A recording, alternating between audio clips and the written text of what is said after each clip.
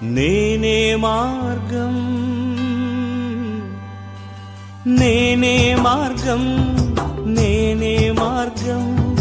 నా దారిన నడచిన వాడు ఎన్నటికి అలసిపోడు. నా అడుగు జాడలే అన్నిటికీ పరిష్కారాలు. నన్ను అనుసరించుకో, నీ బ్రతుకు మార్చుకో. నన్ను అనుసరించుకో, నీ బ్రతుకు మార్చుకో.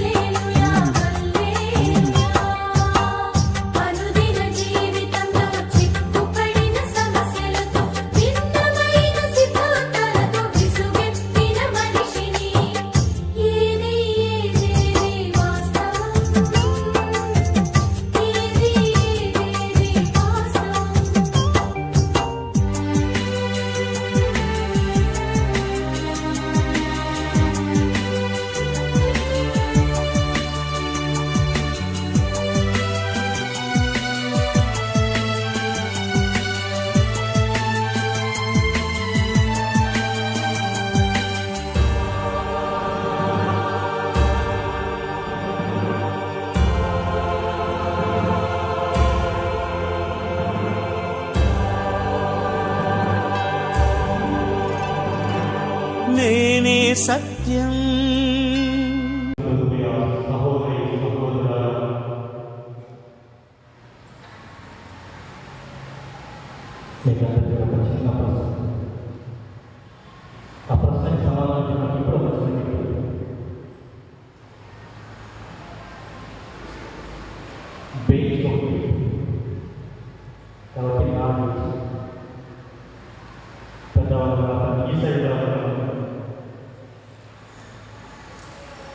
పోయిన ఆదివారం ఏం మనం ప్రారంభిస్తున్నాము?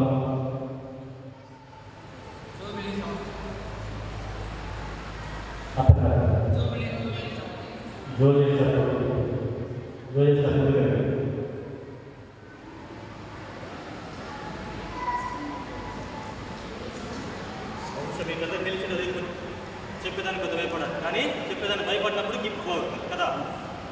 అందరూ గట్టిగా తప్పట్టు కొట్టి జోయేశారు. అట్లా చిన్న గిఫ్ట్ కానీ చాలా ఓకే.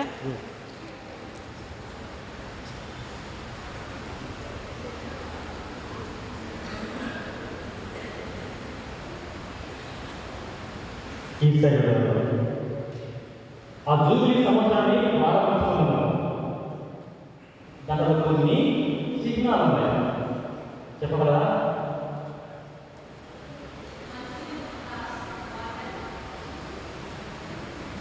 మనుషులు,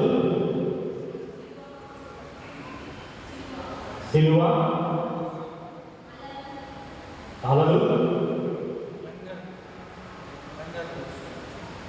వచ్చిన గెలిపోతుంది. ఇంకా ఇంకేమన్నా ఈసారి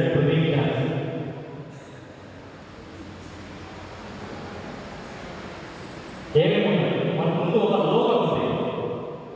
ఆ లోగోలో ఏమేమి ఉన్నాయి? సిలువ ఒకటి,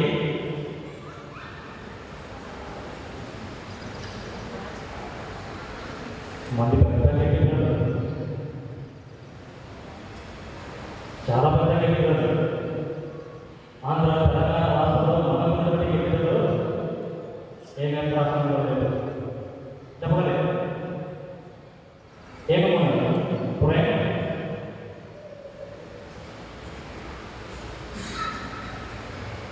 మైకల చెప్పండి. వాళ్ళకంటే ఎదురు కాదు, వాళ్ళు అడగలేదు.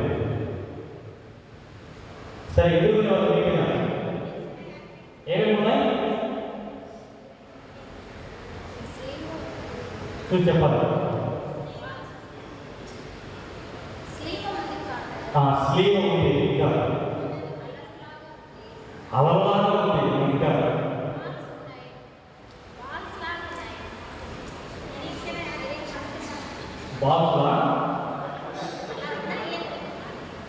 అవి బాల్స్నా?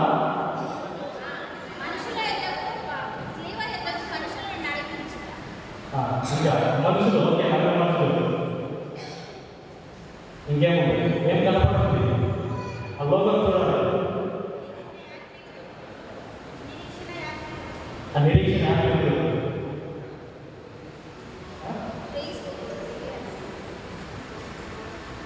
చెప్పాలి ఇంకా చెప్పమని చెప్పాలి. దాని ఉద్దేశం చెప్పండి. అక్కడ ఏమేమి ఉన్నాయి? స్లీవ మనుషులు, అలలు, లంగరు. ప్రియ సహోదరి సహోదరులారా, జూబ్లీ వచ్చాక మనము ప్రారంభిస్తున్నాము. ఈరోజు మీకు భగవంతుడు సత్యకృష్ణుడు సర్వసాధారణంగా మనకు అలవాటు, కానీ ఎక్కువ అలవాటు యూదులు కదా, దైవభక్తి కలిగాడు, ఆత్మచేత ప్రేరేపించబడి ఈ లోకంలో జరుగుతున్నటువంటి వ్యక్తి కాబట్టి, తల్లిదండ్రులు వినయ విధేయము భయం భక్తి కలిగినటువంటి వ్యక్తి కాబట్టి, ఆ మర్యాద ఆ గౌరవము తన సినగోగులు తన దేవాలయంగా ఉన్నది. సండే స్కూల్ క్యాటరింగ్ క్లాస్ నేర్చుకున్నాడు. క్యాటరింగ్ క్లాస్ పోయినప్పుడు అయ్యాక మాట్లాడే పఠనాలు చదవాలి. పఠనాలు చదవబడుతున్నప్పుడు తీసి ఆ యేసు చూసినప్పుడు ఆ యేసు చదువుతున్నాడు. యెషయా గ్రంథంలో ఉన్నటువంటి యెషయా ప్రవక్త వచ్చినటువంటి మాటలు 61వ అధ్యాయంలో 1-2 వచనములు. ప్రభువు ఆత్మ నాపై ఉన్నది, పేదలకు సువార్తను ప్రకటించడై, పీడితులకు జనసభలో ఉన్న వారికి విడుదలను విడుదలని, రోగులకు స్వస్థతలు, ప్రభుత్వమైనటువంటి సంవత్సరములు ప్రకటించటకు నేను మీ మధ్య ఉన్నాను. ఇదంతా అద్భుతంగా భలే కనువింపుగా చదివినప్పుడు ఇంకా అలాగే ఆ జనాలంతా అక్కడే ఉన్నారు. వాళ్ళు విధంగా అంటున్నారు, ఏంటంటే కొత్త బాగా చదివాడు, ఏ పొద్దు బడికి పోలేదు. ఇప్పుడు చట్టపతి చేసినటువంటి యేసు ఈ దేవాలయంలో ఇంత అద్భుతంగా అందరికీ కనువింపుగా తమిళ చదివాడు. ఎంత ఆహ్లాదం ఉందని ఆశ్చర్యపడ్డారు. అలా ఆశ్చర్యపడినప్పుడు కూడా ఇంకా అంటున్నాడు, మీరు ఎందుకు ఇలా ఆశ్చర్యపడుతున్నారు? మీరు విన్నది ఈ వాక్యములు ఈ వచనములు నా యందు ఈ సంవత్సరం ఈ రోజు ఇది నెరవేరినది. ప్రియ సహోదరి సహోదరులా, ఇదిగో తీసుకున్నాను. నీవు నేను కూడా యొక్క వాక్యాన్ని మాటలు ధ్యానించడంలో ఆత్మహత్య చేస్తున్నాము. ప్రభుత్వమైనటువంటి సంవత్సరాన్ని ప్రారంభించున్నాము. దేవుని యొక్క మాటను ఆలోచించలేదు. ఈ ప్రభుత్వమైనటువంటి సంవత్సరము ఎందుకు ఆ లోకంలో ఒకసారి చూసుకున్నట్లయితే ఒక శిలువ ఉంటుంది. ఆ శిలువకు నలుగురు మనుషులు భుజాల మీద చేతులుగా యాత్రను కొనసాగించుకుంటున్నారు. నలుగురు మనుషులు సృష్టి నలుగురి నుండి వచ్చి ఉన్నారు.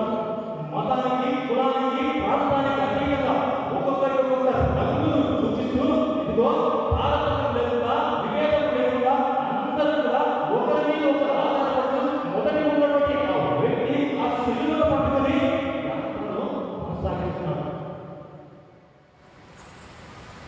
సహోదరి సహోదరుల ఆత్మపరిశీలన చేస్తున్నాము. ఇదిగో ఈ జూబ్లీ ప్రారంభము ఇంత సంవత్సరాన్ని ప్రారంభిస్తున్నామంటే నీలో నాలో ఉండవలసిన ఆశ అదే.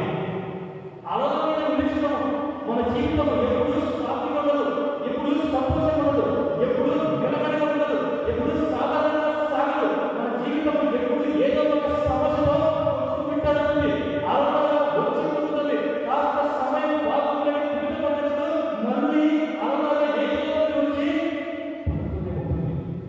సమస్య, భారాలు, దుఃఖాలు, వేదనలు అలా పుట్టు బిడ్డాలన్నటువంటి నీటి మీద ఆ ప్రజలు నీకు అలా నమ్మకంగా నిరీక్షిస్తారు. ఏదో దినాన్ని మనం చేరగలమన్నటువంటి గొప్ప నమ్మకంతో అస్సలు పట్టుకుని నలుగురు ఆ నీటి మీద యాత్ర చేస్తున్నారు.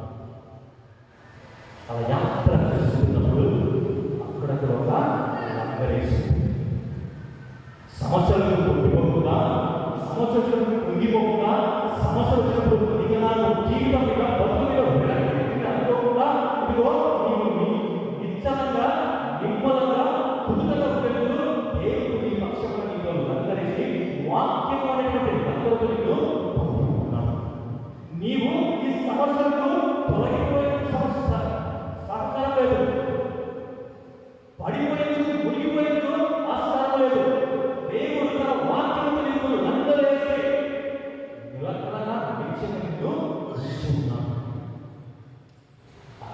సిలువ. ఆ సిలువ ఏకవాలుగా ఆ ప్రజల మీదకి వాలి ఉంటుంది. సిలువ ప్రజల మీదకి వాలి ఉంటుందంటే ఆ సిలువ మనతో ఉందంటే ఆ సిలువే మనకు రక్షణ, ఆ సిలువలో మనకు మోక్షము, ఆ సిలువే మనందరికీ కూడా శక్తి, బలము. ఆ సిలువను నమ్మి విశ్వసించి ఆయన ప్రసాదించినటువంటి ఈ దిన నూతన సంవత్సరాన్ని అంతటి కూడా ప్రభుత్వమైనటువంటి సంవత్సరాన్ని అంతటి కూడా జీవితాంతం కూడా ఆ సిలువను పట్టుకొని ఈ అమలమైన యాత్ర చేసినప్పుడు నా దేవుడు నాకు తోడుకున్నాడు అనేటువంటి నిరీక్షణతో నీవు నేను ప్రయత్నించేటువంటి యాత్రికులము. కనుక ప్రభు బోధించేది కూడా అదే. ఈనాడు మొదటి నెహెమ్యా గ్రంథము 8వ అధ్యాయంలో నెహెమ్యా రాజ్యంలో ప్రజలు ఇశ్రాయేలు ప్రజలు బానిసత్వంలో పొందుతున్నారు. ఇశ్రాయేలు ప్రజలుగా బానిసలుగా ఉంటున్నారు. వారి యొక్క జీవితం మీద విరక్తి ఉంటుంది. ఇక ఈ బతుకే ఉంటున్నారు. ఎంత కష్టమైన చేసి చర్చబడుతుంది అనిపించింది. ఎక్కడ కూడా కష్టం పోతులేదు, నిరీక్షణ లేదు. అటువంటి ప్రజలకు ఎస్రా గ్రంథము తెరిచి బోధిస్తున్నాడు. మీరు విన్నటువంటి మాటలు, మీరు ఆలోచించినటువంటి మాటలు, ఇదిగో ప్రభు మీకు దగ్గరగా ఉన్నాడు, ప్రభు మీతో ప్రయాణం చేస్తున్నాడు, ప్రభు మీకు వెంటబడుతున్నాడు, ప్రభు మీకు చేకట్టుకుంటున్నాడు, ప్రభువే మార్గంలో నడిపించబోతున్నాడు. ఈ మాటను విని ఆలోచించి ధ్యానించినప్పుడు ఆ ప్రజలకు బాధ కలిగింది, వేదన పడ్డారు, నిరుత్సాహం నుండి నిరీక్షణ స్థితికి లేవనెత్తబడ్డారు. అందుకే ప్రియ సహోదరి సహోదరుల, ఈరోజు నీవు నేను కూడా మన క్రైస్తవ క్రీస్తు పరిపాలించబట్టి ఫ్రాన్సిస్ బాబు గారు వారికి కూడా ఇదే సంవత్సరాన్ని ప్రకటించారు. ఇదే మార్పు మనకు చూపించారు. జూబిలీ సంవత్సరంలో 2025 క్రీస్తు భగవంతుడు ఈ రోజులకు వచ్చేటువంటి ఉద్దేశం కూడా అదే. మనందరినీ కూడా మనందరినీ కూడా ప్రోత్సాహించేందుకు, మనందరికీ కూడా శక్తినిచ్చేందుకు, మనందరికీ కూడా తన వాక్యంతో బలపరిచేందుకు ఈ నూతన సంవత్సరము, ఈ హితబోధము, ఈ హిత సంవత్సరము, ఈ జూబిలీ సంవత్సరం యొక్క ఉద్దేశం అంతా కూడా ఒకటే. అందరము బాగుండాలి, అందరము సంతోషించాలి. ఈ జూబిలీ సంవత్సరం యొక్క ఉద్దేశం అంతా కూడా ఇదే. మేలు చేసేటువంటి కాలంగా భావించుకునేందుకే శుభ సంతోష దినాలు ముందు మనకు పరిశ్రమమైన ఉద్దేశం ఉంటుంది. నీవు నేను స్వతంత్రులుగా జీవించాలంటే, నీవు నేను క్రీస్తు భగవంతుని సాక్షిగా స్వతంత్రులుగా జీవించాలంటే ఈ యొక్క జూబిలీ సంవత్సరం యొక్క ఉద్దేశము ఇదే.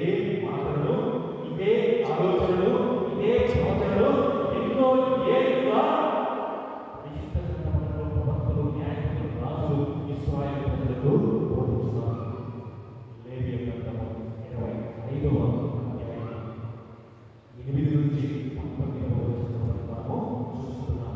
ఈ జూబిలీ సంవత్సరం గురించి ప్రభు బోధించినటువంటి ఈ హిత సంవత్సరం గురించి దేవుని నాకు ఇలా సంతోషంగా, శుభంగా, ఆనందంగా ప్రభు ఊహించినట్లుగా మన జీవిత విధానాన్ని మనము సరిచేసుకోలేకపోతున్నాం, జీవించలేకపోతున్నాం, అలా అనుకున్న విధంగా ఉండలేకపోతున్నామనే ప్రభు మనందరికీ కూడా తన మాటలతో ప్రోత్సహిస్తున్నారు.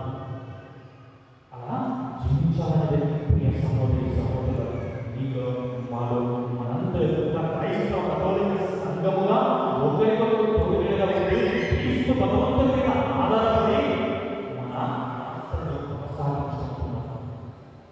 అందుకే ఎన్ని అలజడులు ఎదురైనప్పటికీ కూడా, ఎన్ని సమస్యలు ఎదురైనప్పటికీ కూడా నిన్ను చేయబట్టి నీటి మీద నడిపేటువంటి నేనే మార్గంలో సత్యంలో చేయబడేటువంటి ప్రభు మనకు తోడుగా ఉన్నాం. ఎన్నెన్నో నిరుత్సాహాలతో ఉన్నాం. కుటుంబంలో జాబు లేదు, ఎంత చదవడానికి ప్రయోజనం లేదు, ఎంత కష్టమైన ఆర్థిక పట్టుదల, పెళ్లి చేసుకున్నట్టు ఏళ్ళు ఎక్కడ సంతానం లేదు. ఇలా ఎన్నెన్నో అలసటలో సమస్యలు నా దేవుడు నీకు నాకు చెప్పి మాట వాగ్దానం ప్రోత్సాహం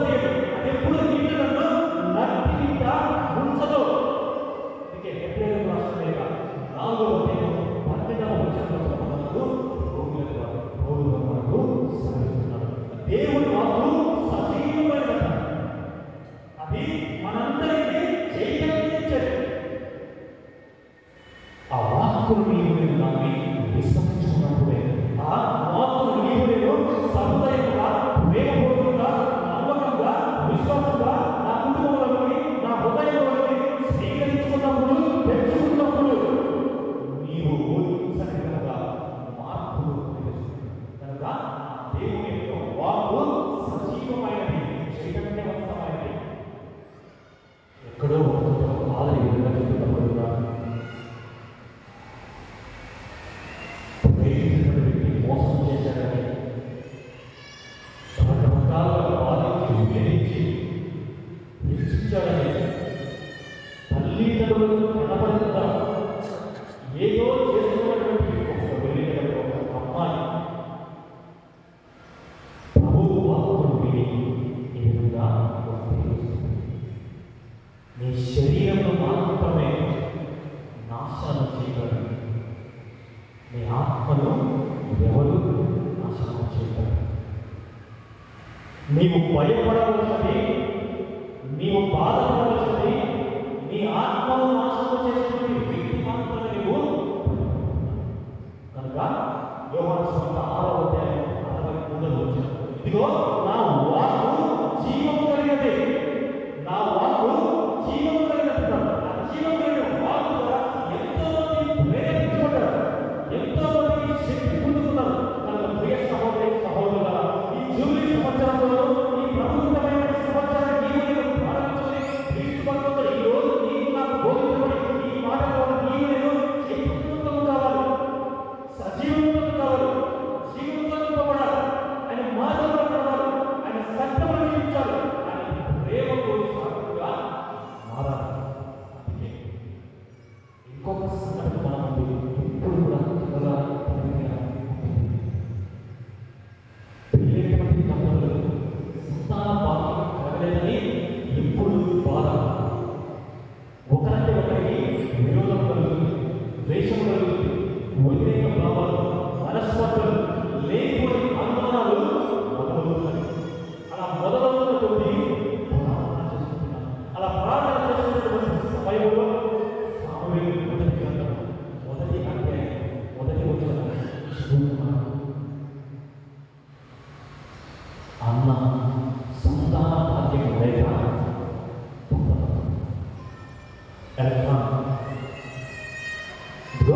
నాకు నీ వల్ల సంతానం కలగలేని బాధ కంటే నాకు నువ్వు తోడున్నావన్నటువంటి ఆ మాట ఈ దంపతులకు ఊరటించారు. ఆ సమయం నుంచి వారి ఇరువుల మధ్య ఒకరంటే ఒకరు అమితమైనటువంటి ప్రేమ, అమితమైనటువంటి సద్దులైనటువంటి గుణాన్ని అలవర్చుకున్నారు.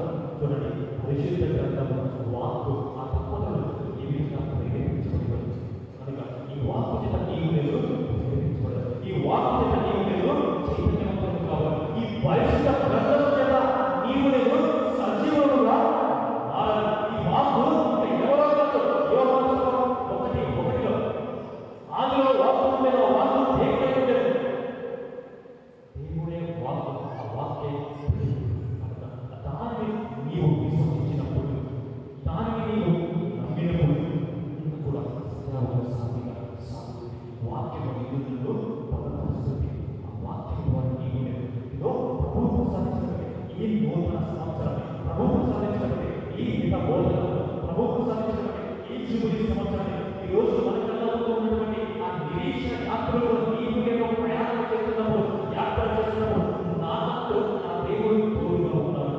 ఒక ఒడ్డు, ఒక తీరం నాకు, ఒక పరిసర ప్రాంతం నాకు ఎప్పుడు ఇప్పుడున్నటువంటి అందరికీ కూడా అనుకునే సహోదరి సహోదరులు, నీవు నేను మనసారా ప్రార్థించవలసింది.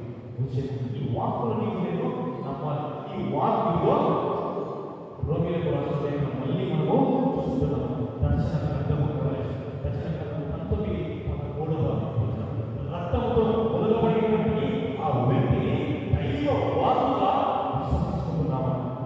ఆ రక్తంతో మునిపబడినటువంటి వ్యక్తికి దైవ వాక్కులు దేవుని వాక్కుగా నీవు నేను నమ్మి విశ్వసించినప్పుడు ఆ దేవుని వాక్కు నిన్నలో ఎప్పుడు కూడా బలపరుస్తుంది. ఇది అన్ని ప్రజలకు, అన్ని రకాలైనటువంటి విశ్వాస జనులకు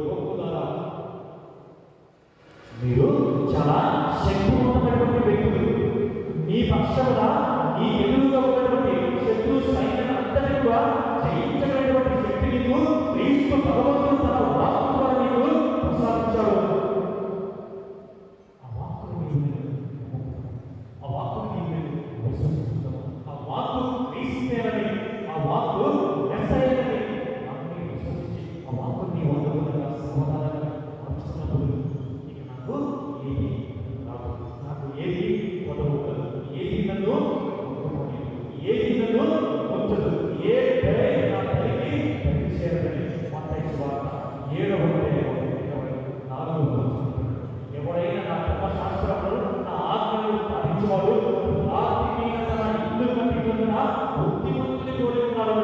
ఏ ఆలోచన వచ్చినా, ఏ సునాలు వచ్చినా, ఏ కార్యం వచ్చినా దాన్ని మించి కూడా అలవరుచుకుంటున్నాడు.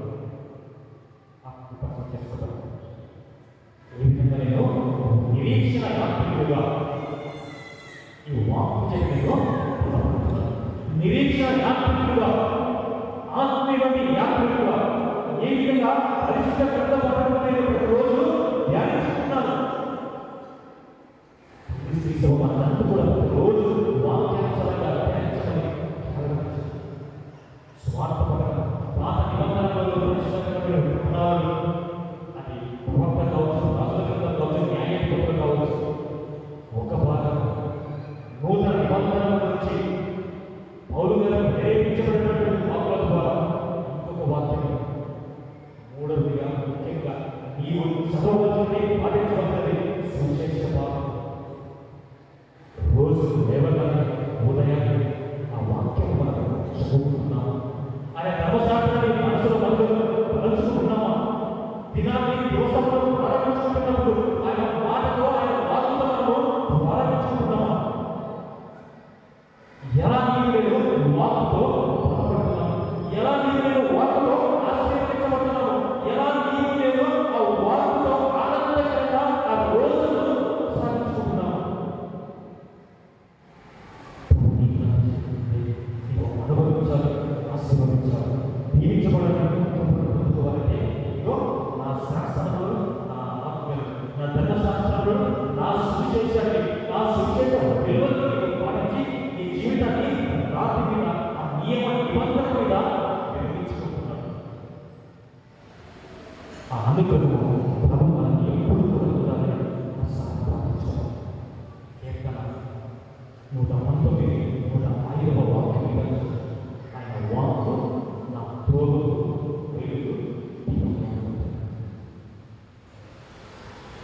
సహోదరు సహోదరు వాక్యం ప్రేరేపించబడి చైతన్యవంతమైన సజీవమైన జీవంతమైన నా క్రీస్తు నాలో నేను ప్రపంచంగా మళ్ళీ చనిపోయినటువంటి జీవశక్తి ఎంత కూడా మళ్ళీ భద్రతకు నా పరిశుద్ధ గ్రంథం, నా ప్రేమ నాతో సర్వ ఆధారం ఆరోగ్యం కోసం ఈ ఇవ్వబడి మనసారా పితా పుత్ర పవిత్ర నామమున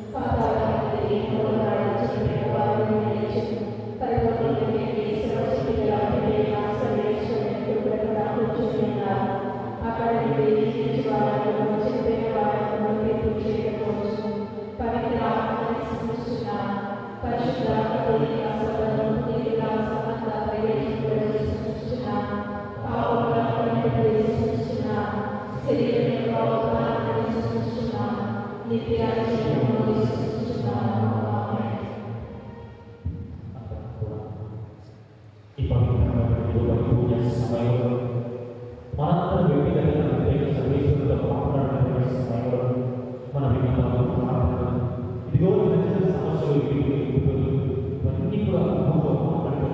అయ్యా ఈ కష్ట సమయంలో ఈ దుఃఖ సమయంలో మాకు తోడుగా ఉంది, మా కుటుంబాన్ని ఆశీర్వదించి మేము విన్నవించినటువంటి ప్రార్థన అన్నింటినీ కూడా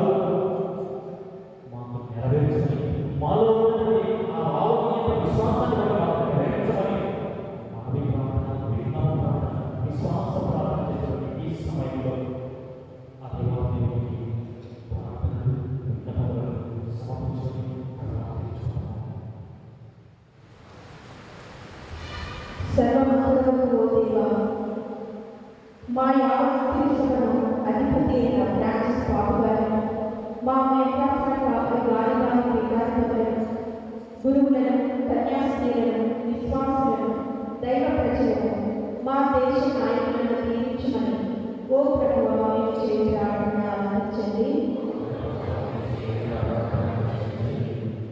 ఈ రోజు 76వ నిర్ణయం కొనియాడుతుంది కనుక మన దేశ భద్రత కోసం, మంచి భవిష్యత్తు కోసం ప్రత్యేకంగా వేడుకుందాం. సర్వమును పరిపాలించు ఓ మా దేవ, అలనాడు సర్వమును ప్రార్థించగా ప్రజలను చక్కగా పరిపాలించటకు జ్ఞానాన్ని తెలియజేశారు. నేను మా పాలకులకు కూడా భారత రాజ్యాంగం ప్రకారం చక్కని సుపరిపాలన చేయగలన వారికి మంచి జ్ఞానాన్ని దయచేయమని ఉండదు. ఓ ప్రభువా నేను చేయ ప్రార్థన ఆలకించండి.